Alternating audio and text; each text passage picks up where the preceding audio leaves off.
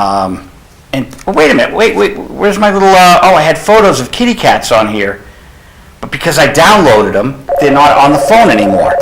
Hello, Frank. Hello, Joe. I guess it's one of those nights nothing's going right for you. No, things are going fine. Oh, that's good. Okay. If you were watching, I'm all fired up about politics. Okay. I voted for Mickey Mouse today. Does that... There's a primary today in Massachusetts. Do you have a primary? Texas has a... let's see. Do we have our primary? Texas primary usually comes... No, well, of course we had our primary because the convention's over. Yeah, we had our primary, but the Texas primary comes so late, we are never in the running. It never matters for us because it's usually decided. Except the one, I've been living in Texas for 30 years, and the primary always didn't matter because they had already, the winner had already won enough delegates before our primary. Except in 2008, when Obama and Hillary were going at it, and I would have loved to be here because I've never been in the middle of a hotly contested convention, but my company had transferred me to Indonesia, so I was living in Indonesia. I missed all that. I did not know that. How long were you in Indonesia? I was in Indonesia for 3 years, and I loved it. Wow. It's the last, our company sends us a lot of exotic places, but most of them have become pretty unsafe. So you don't have the freedom of movement that you'd like to have, but Indonesia is exotic, and I can truthfully say I never felt a threat there. We went all over the place and really enjoyed ourselves. Because downside of Indonesia is it takes door to door. It takes about 30 hours to get there. And when we did that a couple of times, I said to my wife, I said, "Listen, I'm never coming back to this part of the world on vacation because it's not my idea of a vacation to travel more than 24 hours to get where I'm going." That's true. Now, did your kids visit you over there? They visited once and they loved it. I took them, believe it or not, I took them a lot of places, and I took them to Krakatoa. Krakatoa, east of Java. Actually, it's west of Java. Why they ever said it was east of Java, I don't know.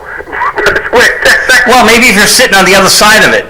Well, maybe they looked in the wrong direction. I guess if you go around the world long enough, it is east of Java. But if you're in Java and you go west about 10 miles, you're right on Krakatoa. Anyway, while we were there, it rumbled, and some rocks came rolling down a hill, so that was exciting. Oh, Mick Jagger and Keith? No. Yeah. Rolling Stones will gather no moss. Hey, he's quick tonight. Krakatoa, east of Java. What year was that movie? You always ask me questions. My guess is around 1970, but I don't know. My guess too, and I think we're right in the ballpark there. Okay. It had a nice, I remember it had a nice ad of a volcano blowing up or something. Yeah, well, that's without that, you don't have much of a movie. That's right. As I recall, it was some, drama between divers and, people up to no good and people trying to stop them, and then right in the middle of the earthquake comes. What do you think of that?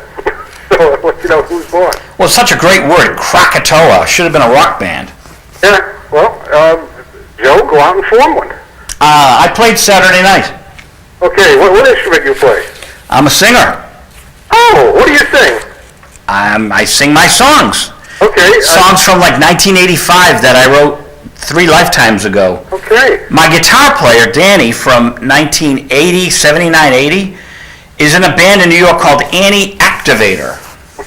So Danny and Annie and Paul and the new bass player, Ethan, backed me up. Annie's name is Adrian. How often do you sing? How many gigs do you have a year? How many blue moons are there? It was the night after the blue moon.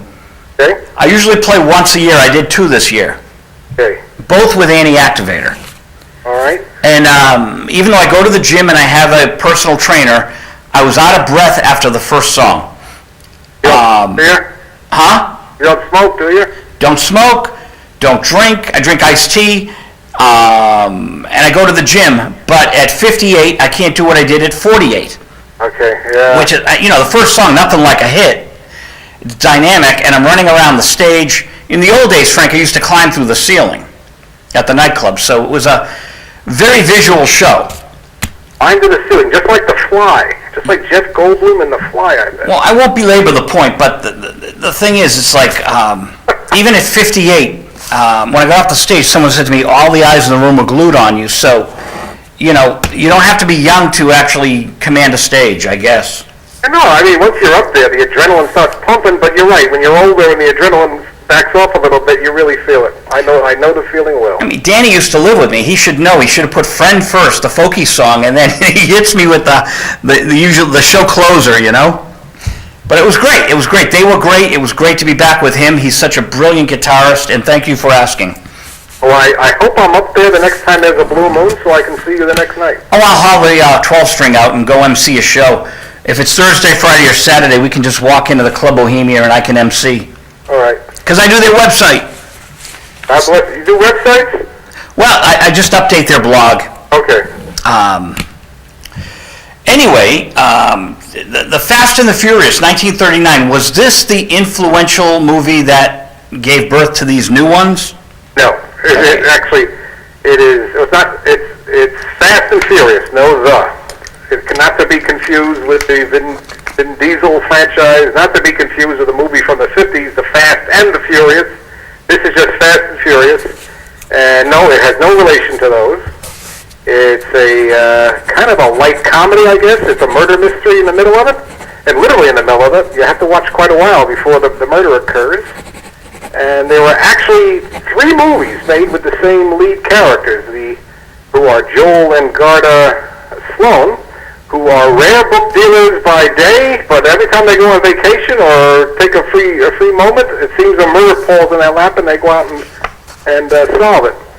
And in the late 30s, there were three movies made, and all by the same studio, but to my amazement, they always used different actors and actresses to play the leads. And, you know, when you try to develop a series, you want to use the same actors over and over again to get the identification, so the buzz from one film carries over to the next. And that didn't happen, and it was only less than 2 years they made the 3 movies, 1938 and 2 in 1939. And this was the last of them, but always with 3 different actors and actresses in the lead roles. So, whoa. And then the series died. They should have made it a TV show, but they didn't have TV. That's true. So there was Fast Company was the first one, then Fast and Loose was the second one, and Fast and Furious was the third one, and then that was the end of it. So wasn't Fast Company a magazine of the 80s, 90s? The what? Some computer magazine, Fast Company. Maybe I'm wrong. You might know better than I. Okay. I never read a computer magazine. Neither do I. I just try to stumble through a computer without reading. There's 2 names to watch in this movie. Busby Berkeley was the director. You know who Busby Berkeley was? No. Okay. Well, if you go back to the 30s, there were these really flashy musicals coming out of Warner Brothers, kind of gritty, like all the Warner Brothers stuff was blue collar, had a lot of blue collar appeal. And there were movies like 42nd Street and Dames and Gold Diggers. There was a Gold Diggers at 33, not Gold Diggers 35, Gold Diggers at 37. They had a whole series of them. And Busby Berkeley was the mastermind behind them. He was always the choreographer and often the director of these things. And they were flashy. When you think of the endless sea of chorus singers and the camera moving around, and he was the master of choreography combined with fluid camera work. What an exciting time to make films. Yeah, and but he made a few non-musicals here and there, and one of them was a gritty crime drama. I didn't know this till I looked them up today. They Made Me a Criminal, which has John Garfield in the typical John Garfield role of this down-and-out guy from the bad side of the tracks who's never got a breathing break. And then he made this movie, which is a comedy, and it's rather light, but it has none of the musical flair that he was doing. And I didn't know this till I started preparing for this show, is that Busby Berkeley actually did the choreography on Wizard of Oz. Oh. So when those guys are marching down the yellow brick road, they're marching to steps that he prepared for them. And everybody's seen that movie, and that gives you a good hint of the fluid camera work. Because you think back to that shot as Judy Garland starts to go down the yellow brick road. The camera is really moving around with him, and that was his trademark. And I would say at this time in Hollywood, the 2 directors that are really willing to move those cameras around as much as they could are Busby Berkeley and Alfred Hitchcock. Alfred Hitchcock did it, in a whole different setting, was kind of gloomy and all that, but he would always have his camera moving, looking around corners and all that. And the same with Busby Berkeley, but there would usually be people singing and dancing in front of it. Well, you know what you bring up here is a very important point, because Wizard of Oz is such a classic, and now we realize from what you're telling us that you had these masters who, they probably had a number of different people well experienced in these arts, and you put it all together and you have a masterpiece. That's right. Well, of course, the big studios then were basically factories. Yeah. And they were there to churn out movies that would keep their theaters filled. And the studios and the theaters were owned by the same conglomerates until the Supreme Court decision broke them up in the late 40s. So that, an exhibitionist, well, whatever, an exhibitor, that's the word I'm looking for. An exhibitor couldn't make the movies because that was considered antitrust. But these were factories, but every now and then, every studio, they got so they had these big reservoirs of talent, usually spread over a lot of productions. But when they coalesced in the right place in the right way, something really special popped out, and that's what happened with Wizard of Oz. You look at that film, and you just go, wow, what an achievement. So, the cable provider Comcast buys NBC Universal so that the cable provider owns content. It's the same thing as having the theater and the film studio. All right, well, Joe, you were born to plead a case before the Supreme Court. I was. Thank you very much. Let's see, the lead actor is Franchot Tone, and the lead actress is Ann Sothern, and Ann Sothern, I think, in this movie is just beautiful. And she never got a good break in the movies until right after this. Right before this movie, she was in kind of a humdrum, something that should have been a humdrum drama called Maisie. And that was the role that was waiting for her, kind of this former burlesque girl who gets in different adventures.